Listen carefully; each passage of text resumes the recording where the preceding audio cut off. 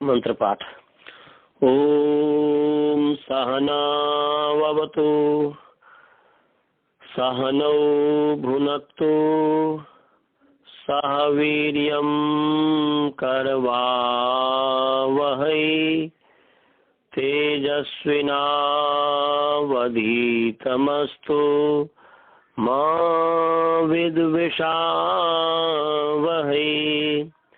ओम येन धौता गिरः पुंसां विमलैः शब्दवारिभिः तमश्चाज्ञानजं भिन्नम् तस्मै पाणिनये नमः। वाक्यकारं वरुरुचिं भाष्यकारं पतंजलिं पाणिनि सूत्रकारं च प्रणतोऽस्मि मुनित्रयम्। ओम शांति शांति शांति। सभी को सादर नमस्ते। आइए आप सभी का जो है प्रथमावृत्ति पाठ में स्वागत है। स्वाति जी, हमारी आवाज सुनाई दे रही है? वसुधा जी, स्वाति जी, मेरी आवाज अच्छी तरह से सुनाई दे रही। अच्छा, चलिए ठीक है। तो आइए अब जो है प्रथम आज कौन सा चलेगा पता है? कौन सा सूत्र?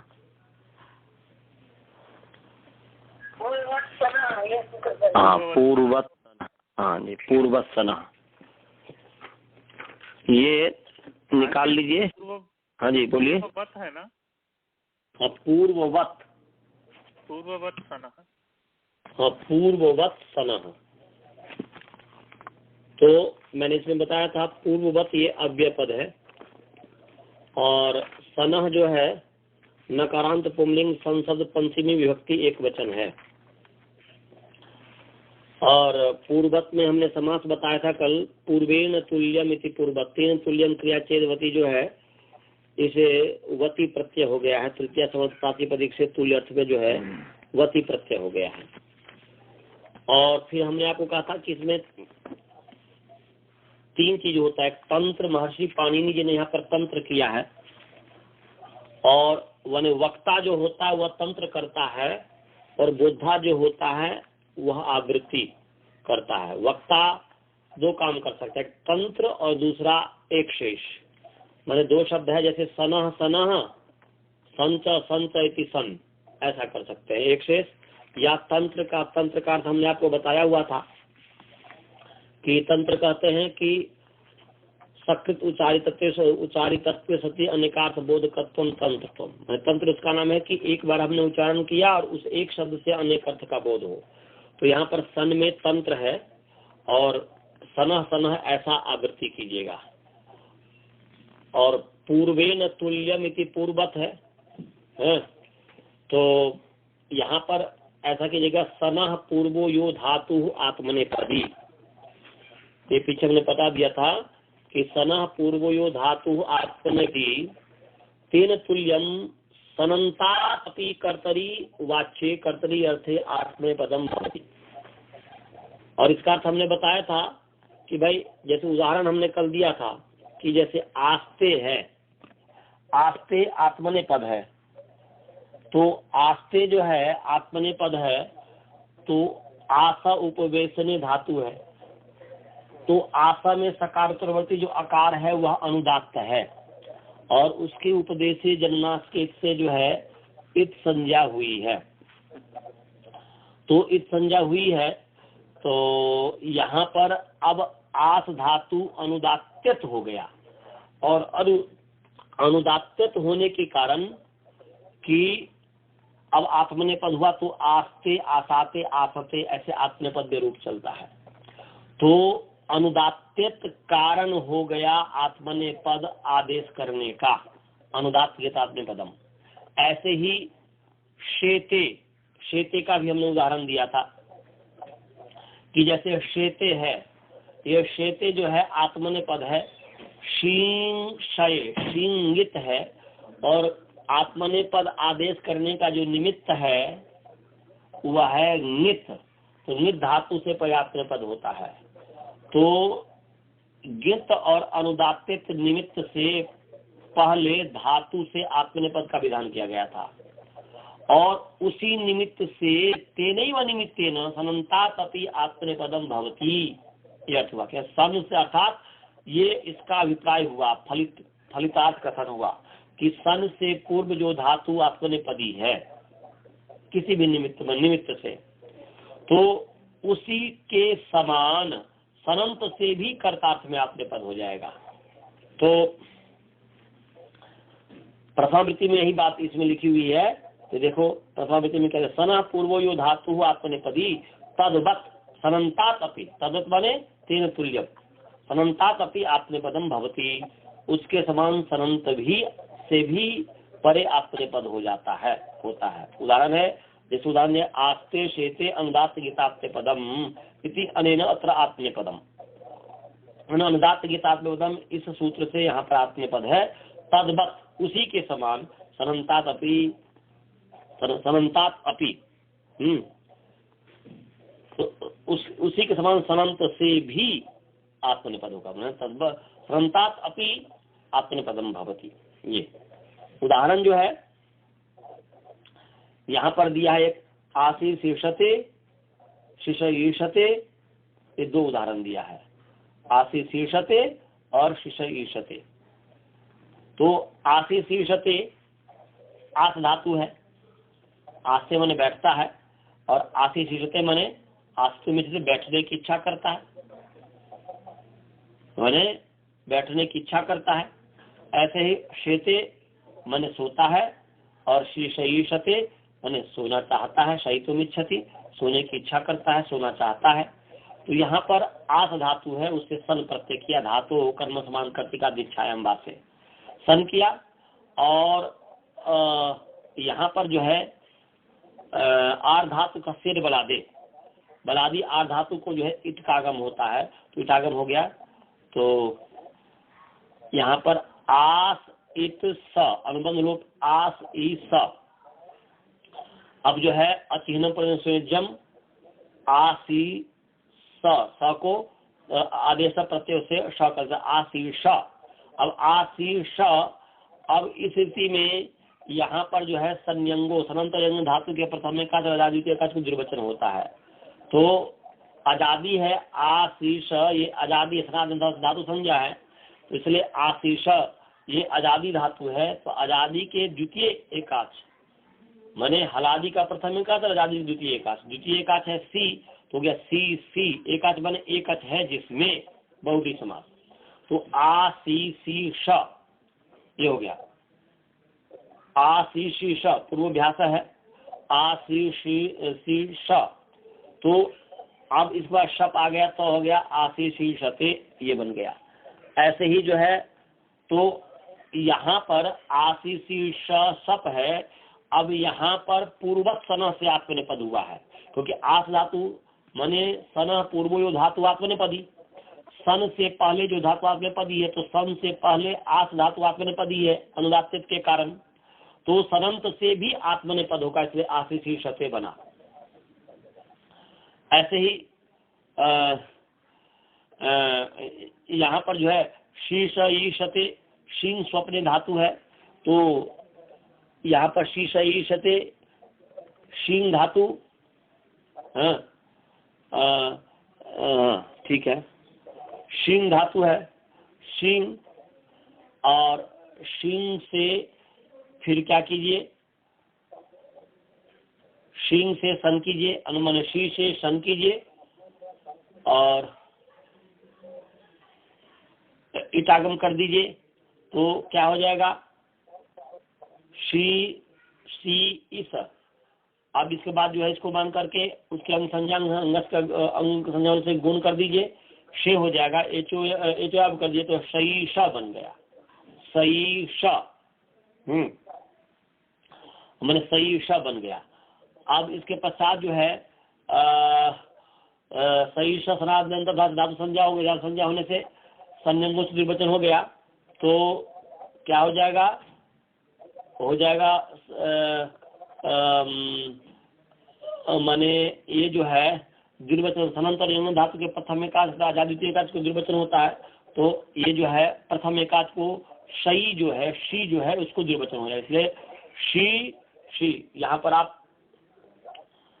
द्विवचन निमित्त अच्छी परता जादेशा स्थानीवत भवती, ऐसा कर सकते हैं। द्विवचन निमित्त अच्छी परता, द्विवचन निमित्तक अच के पर रहते हैं, मैंने जिसको निमित्त मान करके द्विवचन होता हो, तो यहाँ पर ईसा जो है सन को असत द्विवचन निमित्त अच्छी नहीं है, इसलिए यहाँ पर वो करने की आवश्यकता नहीं है, उस तरीके से नहीं होगा कि सन के पर रहते करता है। ठीक है, ई है यहाँ पर, तो यहाँ पर वैसे ही शी है, शी सही द्विवचन कर देंगे तो शी हो जाएगा, फिर सी सन को इसको मान करके सी की गुण मतलब अंग संज्ञा गुण हो जाएगा, तो शी जो है ह्रस्व, सिंह जो है दीर्घ तो ह्रस्व हो जाएगा, तो शी आदेश प्रत्यय हो जाएगा, सी शईश। अब सी शईश तो यहाँ पर आप जो है आत्मनेपद जो करेंगे, जो लट है लट के स्थान पर जो आत्मनेपद करेंगे तो जो होगा तो पूर्व सनस है, माने सन से पूर्व जो धातु आत्मनेपदी, तो यहाँ पर सन से पूर्व सिंह धातु आत्मनेपद है गीत के कारण, तो सनंत से भी आत्मनेपद ही होगा, तो आत्मनेपद से आदेश हो सकता हो गया, तेरे हो गया, तो शी शई शते ऐसा बन गया। समझ गया जी? कोई शंका तो नहीं इसमें? बालबोध जी, श्रवण जी, समझ में आ गया? बालबोध जी समझ में आ गया?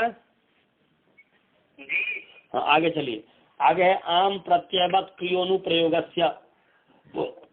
आम प्रत्ययवत क्रियोनुप्रयोगस्य, आम प्रत्ययवत जो है अव्ययपद है, क्रिय यकारांत पुल्लिंग क्रिय शब्द पंचमी व्यक्ति एक वचन है, अनुप्रयोगस्य अकारांत पुल्लिंग अनुप्रयोग शब्द षष्ठी व्यक्ति एक वचन है। समास हो गया, आम प्रत्ययवत में समास है, आम प्रत्ययवत में प्रत्ययवत का क्या था जी? आम प्रत्यय माने आम प्रत्ययस्य इव आम प्रत्ययवत। पहले जो है कीजिए कि आम प्रत्यय यस्मा, आम प्रत्ययो यस्मा साम प्रत्यय, जिससे आम प्रत्यय होता है, जिस प्रकृति से जिस धातु से आम प्रत्यय होता है उसको कहेंगे आम प्रत्यय। तो आम माने आम प्रत्यय यस्मात् आम प्रत्ययो यस्मात् स आम प्रत्यय, ये बहुव्रीहि समास हो गया। और आम प्रत्यय से इव आम प्रत्ययवत, आम प्रत्यय से इव आम प्रत्ययवत, तत्र तस्यैव जो है इस सूत्र से जो है वति प्रत्यय हो गया है और आपने पद की अनुमति आ रही है, तो अर्थ क्या हो गया जी? अर्थ हो गया कि क्रिय धातु पर माने आम प्रत्यय से इव क्रिय धातु पर क्रिय माने धातु अनुप्रयोग से क्रिय माने धातु हो अनुप्रयोग से भी है ना जी, अनुप्रयोगस्य अनुप्रयोग माने अनु माने पश्चात, अप्रयोग माने पश्चात प्रयोग की गई जो धातु है क्रिय धातु है, तो अनुप्रयोगस्य क्रिय अनुप्रयोगस्य क्रिय धातु अनुप्रयोगस्य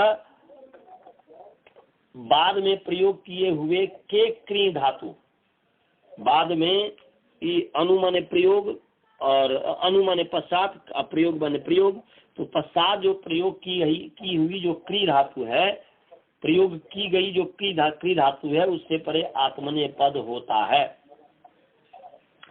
तो माने अनुप्रयोग वाली बाद में प्रयोग की जाने में जो क्रिय धातु है उससे क्या होता है, उस धातु से परे कर्तृवाच्य में आत्मनेय पद होता है आम प्रत्यय के समान। तो अनुप्रयोगस्य क्रिय धातु परः कर्तृवाच्ये आम प्रत्ययवत आत्मनेय पदम भवति। यह हुआ कि बाद में प्रयोग किए जाने वाले या बाद में प्रयोग किए जाने वाले जो क्री धातु है उससे परे कर्ता अर्थ में आत्मे पर आदेश होता है आम प्रत्यय के समान। जैसे है एधान चक्री, इहान चक्री, ये है एधान चक्री, इहान चक्री। तो अनुप्रयोग से क्रिया का विशेषण है, सो ध्यान रखिएगा। है षष्ठी यहाँ पर, परंतु पंचमी अर्थ को दे रहा है। आगे षष्ठी का भी ये होगा, इसलिए कर दिया है, परंतु ये है माने बाद में प्रयोग किए जाने वाले जो क्री धातु, ऐसा ही अर्थ हुआ। उदाहरण के लिए जैसे देखिए एधान चक्रे, एधान चक्रे या ईक्षान चक्रे। तो पहले ईक्षान, इसमें जो है ईक्षान चक्रे उदाहरण दिया है, और इहान चक्रे और एधान चक्रे, ये दो इसमें उदाहरण दिया। एधान चक्रे भी हो जाएगा। तो ईक्ष धातु है, जैसे ईक्षान चक्रे ईक्ष धातु है। ईक्ष दर्शने, ईक्ष दर्शने दर्शन अर्थ में है। ईक्ष का अनुबंध लोप कर देंगे, ईक्ष बचेगा हलंत। फिर जो धातु संज्ञा भुवाधार से धातु संज्ञा कर देंगे। धातु के अधिकार में परोक्षे लिट, परोक्ष अर्थ में लिट प्रत्यय होता है। परोक्ष अर्थ में धातु से परे माने क्या बोलते अनद्यत्ने परोक्षे भूते अर्थे धातु पर लिट प्रत्यय भवती। अनद्यतन परोक्ष भूत अर्थ में धातु से परे लिट प्रत्यय होता है। प्रत्यय कहाँ होगा? प्रत्यय परस्य। तो ईक्ष लिट, ईक्ष लिट अनुबंध लोप ल हुआ, तो ईक्ष ल। अब जो है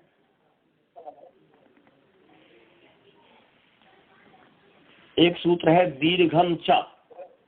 दीर्घम च दीर्घ अक्षर की गुरु संज्ञा होती है। पहले आपको वर्णोत्तरण शिक्षा में भी पढ़ाया हुआ हूँ। ह्रस्वम लघु दीर्घम च, तो दीर्घ की गुरु संज्ञा होती है।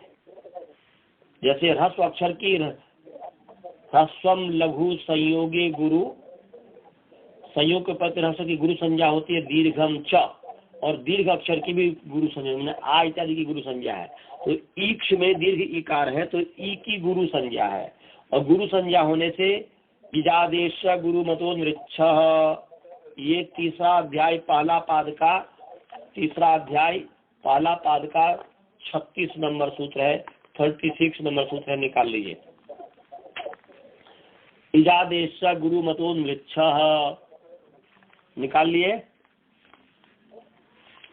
इजादेश गुरु मतो नृच्छ। आचार्य जी, स्वाति जी का कॉल कट हो गया, मैसेज भेजा। अच्छा, स्वाति जी का कॉल कट हो गया तो दोबारा फिर करूं क्या? जी हाँ, रुक जाइए, मैं करता हूँ।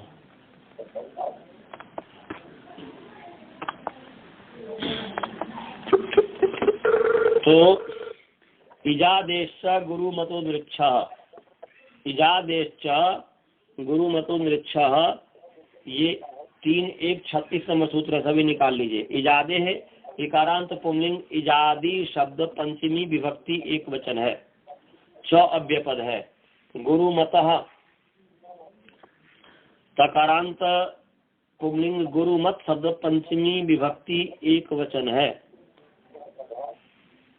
और अनृच्छः,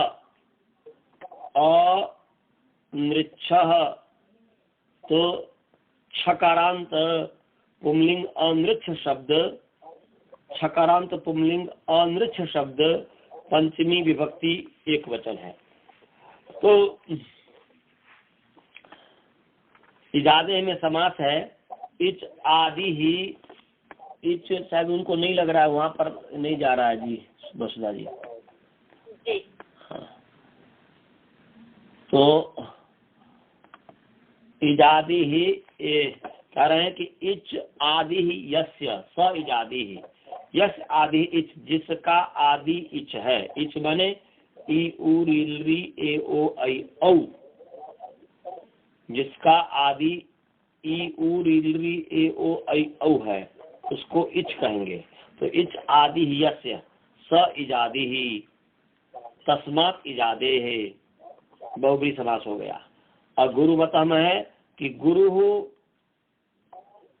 विद्यते यस्मिन्, गुरु माने गुरु वर्णः, गुरु वर्णः विद्यते यस्मिन् स गुरुमत, तस्मात् गुरुमतः। तो ईह अभी जो है ईक्ष शब्द में ईक्ष जो है गुरुमान माने गुरु है जिसमें, जिस धातु में, तो ईक्ष धातु में गुरु वर्ण है, इसलिए ईक्ष हो गया गुरुमत। और इजादी है माने ई उ री री ए ओ अयो, तो ई वर्ण, तो यहाँ पर ई वर्ण है ही, तो इजादी गुरुमान ये मिल गया। यहाँ पर गुरुमत में तो मत उससे जो है मतु प्रत्यय हो गया है। और अमृक्ष जो है अमृक्ष, तो इसमें भी समास है, न ऋक्ष अनृक्ष तस्मात् अनृक्ष। तो ऋक्ष जो है ये भी इजादी है और गुरुमान है, ये जो है इजादी और ऋक्ष, न ऋक्ष अनृक्ष। तो यहाँ पर जो है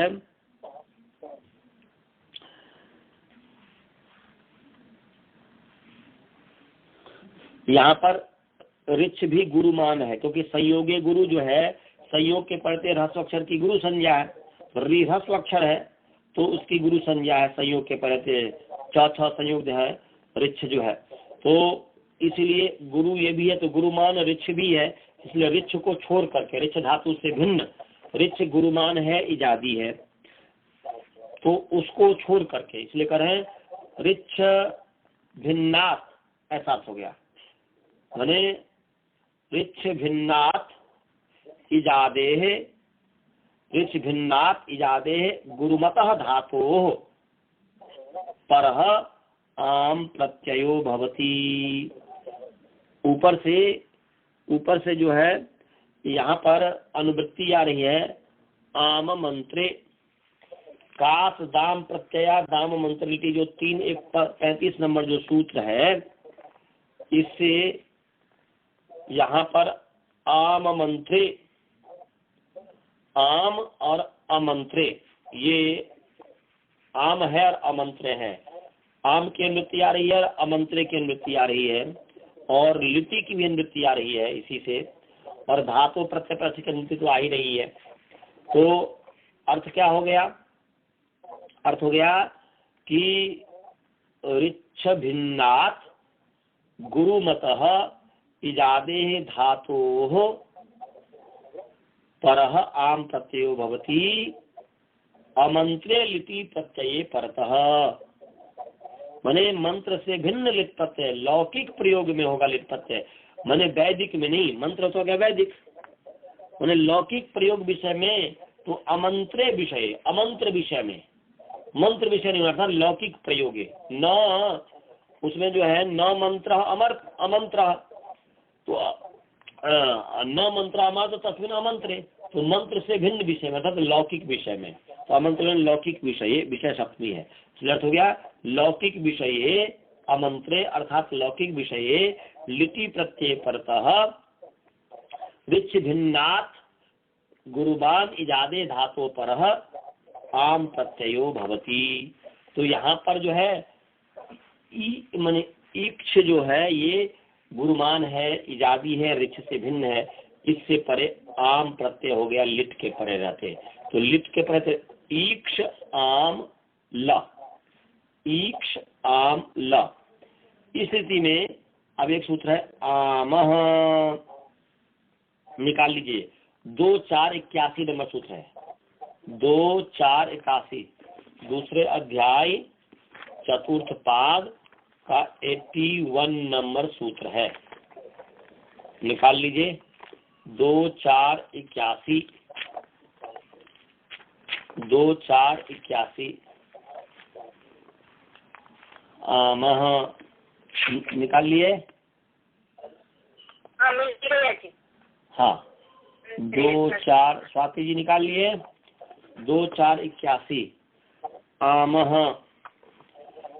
देखिए आमः मकारांत पुंलिंग आम शब्द पंचमी विभक्ति एक वचन है, और अनुवृत्ति जो है ऊपर जो सूत्र है 2-4-80 मंत्रे घस वरण वृद व्री माने व्री दहाद वृक्ष क्री गमी जनिभ्यो लेह, इससे लेह की अनुवृत्ति आ रही है, और ण्य क्षत्रियास यूनि लुग्नियो, उससे जो है लुक की अनुवृत्ति आ रही है। ये लुक प्रकरण 2, 4, 58, 2, 4, 58 नंबर सूत्र है। ण्य क्षत्रियास हेतु यूनि लुग्नियो, इससे लुक की अनुवृत्ति आ रही है। तो अर्थ क्या हो गया जी? आमह उत्तरस्य पंचमी, इसलिए आमह उत्तरस्य लेह लुक भवति। आमह उत्तरस्य लेह लुक भवति। आम से उत्तर जो है ली का लुक होता है। आम से उत्तर ली का जो है लुक होता है। समझ गया जी? आम से उत्तर ली का लुक होता है। तो आम से उत्तर ली का लुक होता है, इसका मतलब है कि ली का अर्थ यहाँ पर जो है लिट। ले से ले जो है, ले से यहाँ पर इस सूत्र में, पीछे वाले सूत्र में ले का अर्थ अलग था, ली था। यहाँ पर ले से जो है लिट का ग्रहण है, तो आम से उत्तर लिट का लुक होता है। तो यहाँ पर लुक क्या है? प्रत्यय लुक्स लुप। तो प्रत्यय के आदर्शन का नाम लुक्स लुप है। तो यहाँ पर ल का लुक हो, इसलिए हो गया इक्ष आम, इक्षाम बन गया। इक्ष आम, इक्षाम। अब जो है इक्ष आम हो गया, तो कृत तहित समासास्ता, कृदंत हितांत और समास की प्रातिपदिक संज्ञा होती है। तो इक्षाम की प्रातिपदिक संज्ञा हो गई। प्रातिपदिक संज्ञा होने से सु आ गया, क्योंकि बिना पद का तो प्रयोग किया नहीं जा सकता, तो सु आ गया। तो इक्ष आम सु हो गया। और सु होने से क्या हो गया? यहाँ पर पीछे सूत्र हमने पढ़ाया था आपको, कृत में जंत, कृत जो मकारांत है जंत, उसकी अव्यय संज्ञा, इसलिए तो कृत है। ये कृत जो मकारांत है तो इसकी अव्यय संज्ञा हो गई। कृत जो मकारांत और कृदंत जो मकारांत और जंत, तो यहाँ पर ये कृन्मे जंत से जो है अव्यय, कृन्मे जनता जो है इससे जो है अव्यय, इसकी जो है अव्यय संज्ञा हो गई है। समझ गया जी? कृन्मे जनता, कृत जो मकारांत, कृत जो मकारांत एजंत। हाँ जी बोलो। हाँ बोलो। मैं कह रहा था जो आप कह रहे हैं कि हम मकारांत, तो हम कैसे समझे कि यहाँ ये मकारांत है?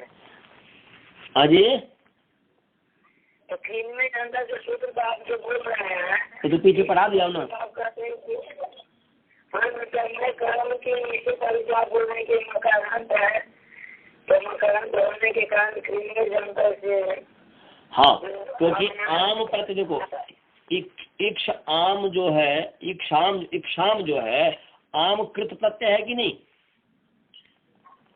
आम जो आप लाए हो इजादेश गुरु मतोदृच्छा जो है 3:136 नंबर, कृत कृतिंग तिंग से भिन्न जो प्रत्यय धातु के अधिकार में कृत होता है ना जी, तो आम कृत है ना,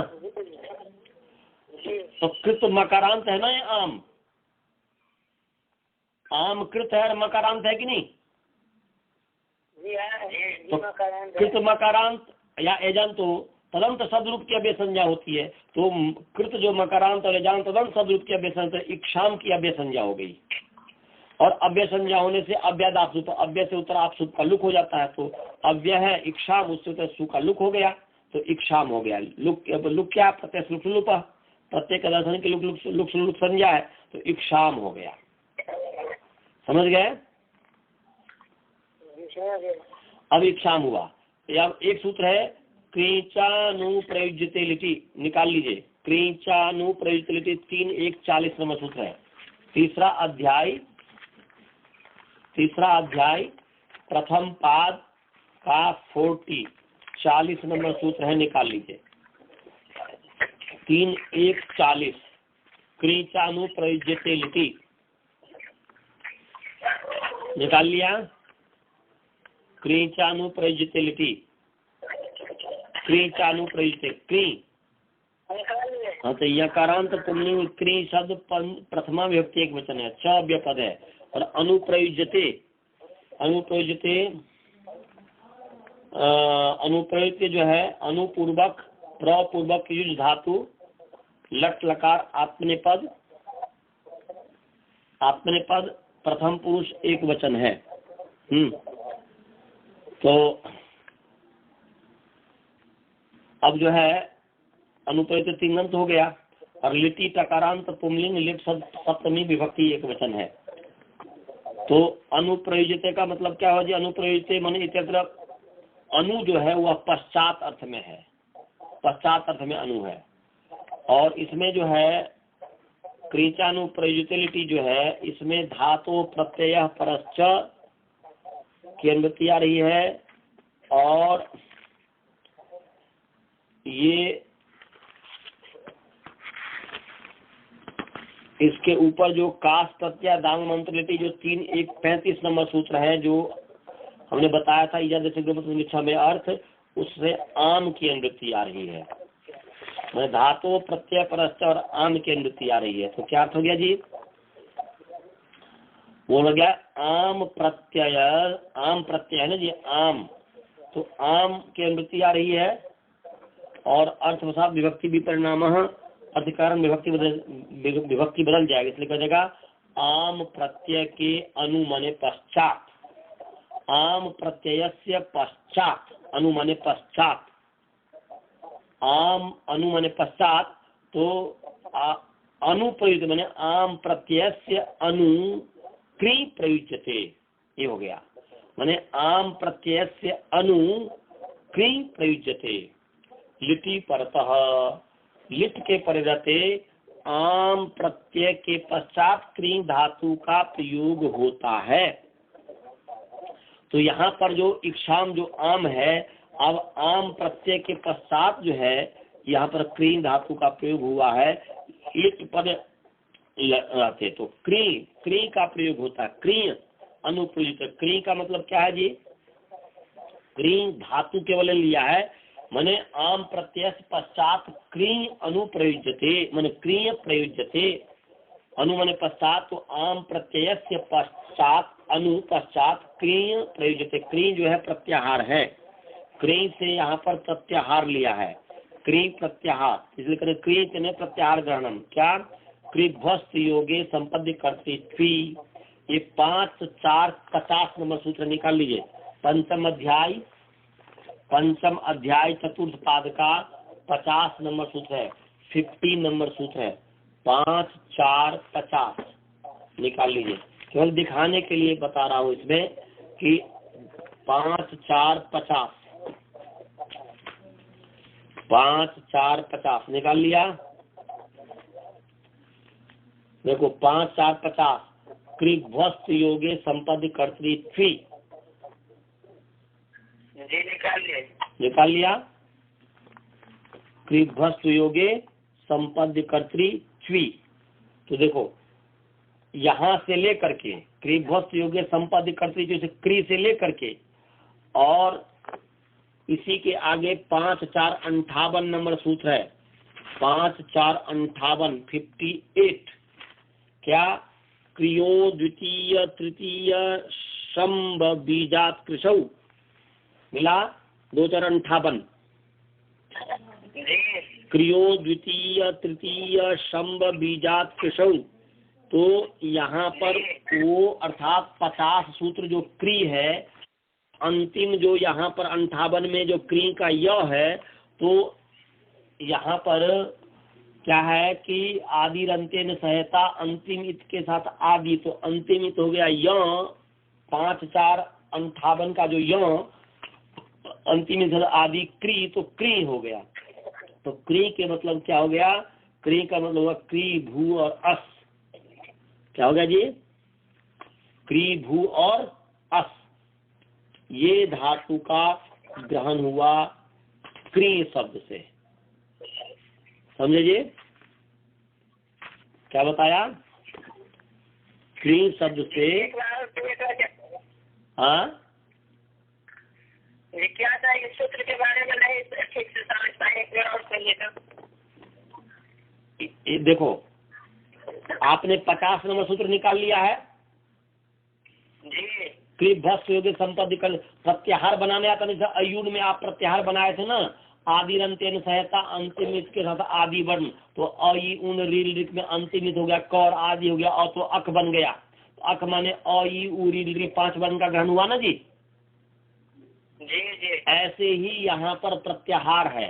क्री का मतलब हुआ कि 5 4 50 जो है क्री भस्त योगे संपद्य कर्तृत्व में जो क्री है वो लिया आदि, और 5 4 58 नंबर जो सूत्र है क्रियों द्वितीय तृतीय शंब बीजात कृषौ, इसमें जो क्रिय में य है ना जी, अंतिम में य, तो क्री लिया आदि य लिया अंत, तो क्या बन गया? क्री बना कि नहीं? तो क्री के अंदर कितने धातु का ग्रहण हो गया? क्री भू और अस्थि, क्योंकि 5 4 50 में क्री भस्ति माने क्री भू अस्थि 3 धातु का प्रयोग है। समझ में आया? तो क्री का मतलब हुआ क्री भू अस्थि 3 धातु। क्या हुआ जी? क्री भू अस्थि, अस्थि माने क्री धातु भू धातु और अस धातु, ये 3 धातुओं का इस क्री से ग्रहण है। यहाँ पर प्रत्याहार का, इसलिए क्री इत्यनेन प्रत्याहार ग्रहणम क्रीभस्त योगे संपत्ति करते चु इत्यतः प्रवृत्त्या आक्रियो माने द्वितीय तृतीय माने क्रियों द्वितीय तृतीय शम बीजात किसो जो है इत्यस्य यकारात। ये तो क्री मतलब हुआ क्री भू अस 3 धातु। समझ गए? तो क्या था कि आम प्रत्यय के बाद में आम प्रत्यय से पश्चात क्रिय प्रयुज्यते माने क्रीभू अस्थि, क्रीभू अस्थि प्रयुज्यते। क्री धातु का प्रयोग, भू धातु का प्रयोग और अस धातु का प्रयोग। तो यहाँ पर इक्षाम जो है आम प्रत्यय है, उसके पश्चात क्या है? क्री का प्रयोग होगा। तो यहाँ पर इक्षाम क्री ऐसा हो गया, इक्षाम क्री, इक्षाम क्री ऐसा लिट प्रत्यय के परे रहते हैं। तो यहाँ पर लिट प्रत्यय के परे रहते करता है। क्या करता है जी? ये लिट प्रत्यय का के परे रहते करता है। तो यहाँ पर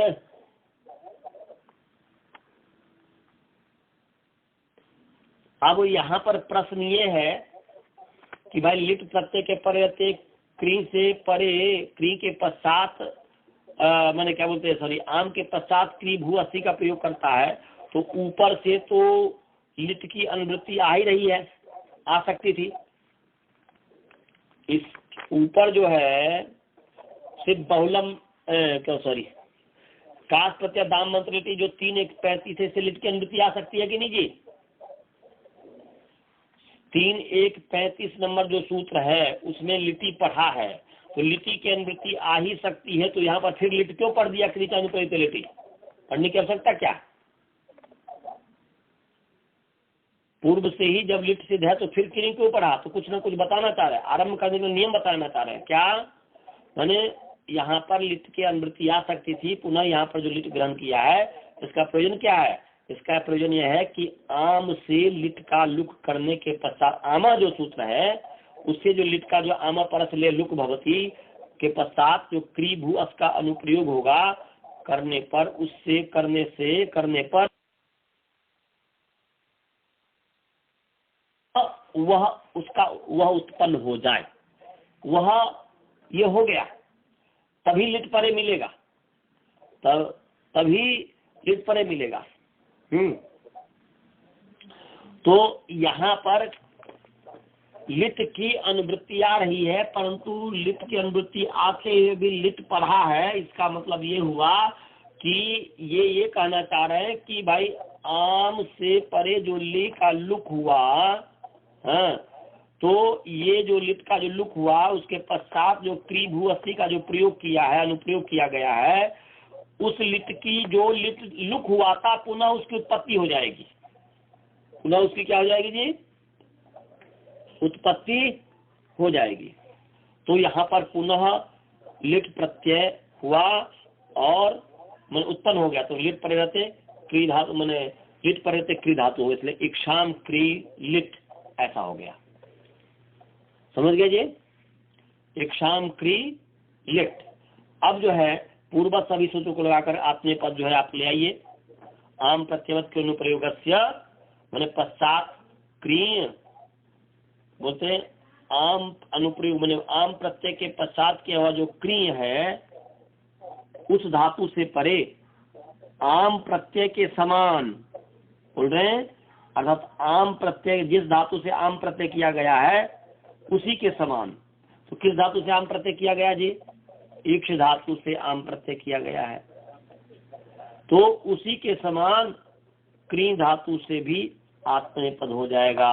तो ईक्ष धातु से आत्मनेपद होता है, ईक्ष इत्यादि बनता है, ईक्ष से वो आत्मनेपद होता है क्योंकि ईक्ष दर्शने अनुदात्तित है, अनुदात्त की तनपदों से आत्मनेपद होता है। तो आम प्रत्यय जिससे हुआ है, आम प्रत्ययो यस्मा जिससे आम प्रत्यय हुआ, तो ईक्ष से आम प्रत्यय हुआ है, तो आम प्रत्यय ईक्ष से हुआ है उसी के समान, जैसे अर्थात जैसे वह आत्मनेपद है, माने वह धातु जैसे आत्मनेपद है उसी के समान क्री धातु से भी आत्मनेपद हो जाएगा। बाद में प्रयोग किया गया जो क्री धातु है उससे भी आत्मनेपद हो जाएगा। ये हुआ, तो यहाँ पर आत्मनेपद हो गया है इक्षाम क्री। तो अब इसके पता जो है लितस्त झयो रेशिरेच, लितस्त झयो रेशिरेच, ये लिट के तौर झ को ऐसा धीरेच आदेश होता है, निकाल लीजिए 3 4 81 तीसरा अध्याय चौथा पाद का 81 नंबर सूत्र जल्दी निकाल लीजिए। 3 4 81 3 4 81 निकाल लिया। लिटस तजयो रेसिरेच, लिटह तकारांत पुंलिंग लिटस सचिव एक वचन है, तजयो इकारांत पुंलिंग तजी शब्द शास्त्री व्यक्ति द्विवचन, एशिरेच चकारांत पुंलिंग एशिरेच शब्द प्रथमांत एक वचन है। समास है सॉरी तजयो है, जी नहीं इकारांत में गलत बोले, तजयो अकारांत पुंलिंग तज है, आपने पढ़ा अकारांत पुंलिंग तज शब्द षष्ठी व्यक्ति द्विवचन है। तो तश्च झश्च इति तझौ तयो तजयो, और एशिरेच में जो समास है एश्च इरेच इति एशिरेच समाहार द्वंद समास हो गया। ये आप इसमें नपुंसक भी कह सकते हैं, सकारात्मक नपुंसक एशिरेच शब्द ये समाहार द्वंद होने के कारण। तो अर्थ क्या हो गया जी? अर्थ हो गया लिट मने लिडादेशस्य, सस्य है ना जी, तो लिडादेशयो तजयो, क्योंकि तजो इसलिए लिडादेशयो कर दिया, लिडादेशस्य तकारस्य झकारस्य ऐसा कर सकते हैं, या लिडादेशयो तजयो स्थाने यथा संख्यम एश इरेच इत्येतु आदेशो भवतः। लिडादेश लिट के स्थान पर जो आदेश त और झ उसके स्थान पर यथासंख्य त के स्थान पर एश और झ के स्थान पर एश आदेश हो जाते हैं। तो यहाँ पर जो है त है इसलिए उसके स्थान एश हो गया, इसलिए इक्षाम क्री एश ऐसा हो गया। और अनुबंध लोप करेंगे, सॉरी एश हुआ, अनुबंध लोप तो ए हो गया, और अनुबंध लोप ई को नति से री को र कर दी तो क हो गया, तो इक्षाम क्र ए हो गया। अब ऐसे लिटि धातु अनाभ्यास धातु के प्रथम द्विवचन होता है लिट के परे थे, तो यहाँ पर द्विवचन द्विवचन निमित्तक अच परे हो तो अजादेश जो है स्थानीय रूप होता तो क्री हो, क्री हो जाएगा, इक्षाम क्री क्री ए, फिर जो है इको नीचे कर दिए इक्षाम क्री क्र ए, पूर्वभ्यास उरत उरन रप्रत, इक्षाम कर क्र ए हलादी से ऐसा कर दीजिए, तो फिर जो इक्षाम क क्र ए, अब कुहोशु कर दीजिए कि अभ्यास का जो कवरकार उसको चकार होता है, तो यहाँ पर च हो गया, क को च हो गया, तो इक्षाम चक्र ए, इक्षाम चक्रे, म को मनुस्वार कर दीजिए, म को अनुस्वार हो जाएगा। फिर जो है वा पदांत पदांत मकार को जो है विकल्प से अनुस्वार होता है, तो विकल्प से परसवर्ण होता है, तो यहाँ पर विकल्प से परसवर्ण हो गया, अनुस्वार से परसवर्ण न करके वा पदांत जो विकल्प से होगा तो वह जाए इक्षांग चक्रे, इक्षांग पर यह हो जाएगा, एक बार अनुस्वार ही रहेगा, ये बन गया। इसी प्रकार जो है यह चेष्टायाम धातु से यहाँ चक्रे बन जाएगा, यहाँ चक्रे उसने चेष्टा की, ऐसा ही एद धातु से एधान चक्रे बन जाएगा। समझ गया जी? सभी को समझ में आया? कोई शंका तो नहीं है? मंत्र पाठ करें। हाँ आनंद जी समझ में आया? चलो जी मंत्र पाठ करते हैं। ओम पूर्णमदः पूर्णमिदं पूर्णात् पूर्णमुदच्यते पूर्णस्य पूर्णमादाय पूर्णमेवावशिष्यते। ओम शांति शांति शांति। चलिए नमस्ते। नमस्कार। आ गया, समझ में आ गया। आ गया, चलो ठीक है।